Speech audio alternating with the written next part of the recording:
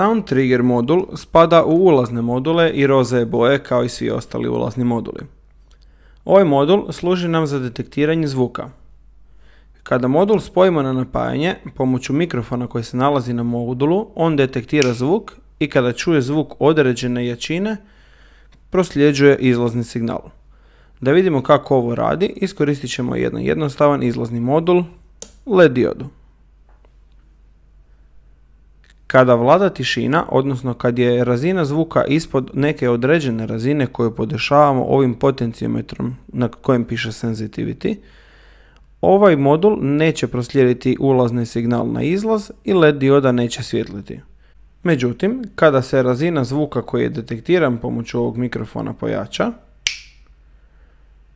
ovaj će modul proslijediti ulazni signal na izlazni i LED dioda će zasvjetliti. Razinu zvuka na koju ovaj modul reagira možemo podesiti pomoću odvijača kojeg ste dobili u kompletu za kretanjem sensitivity potenciometra.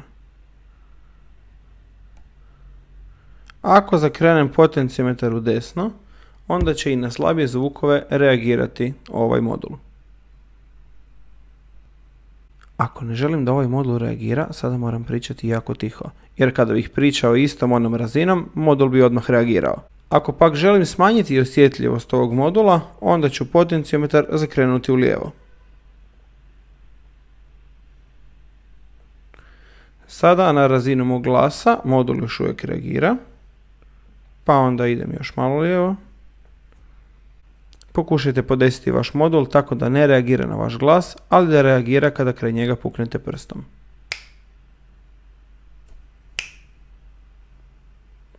Ulazni se moduli mogu nizati jedan iza drugoga, pa umjesto da iskoristimo samo Sound Trigger, možemo iskoristiti jedan gumbić, Sound Trigger i LED diodu.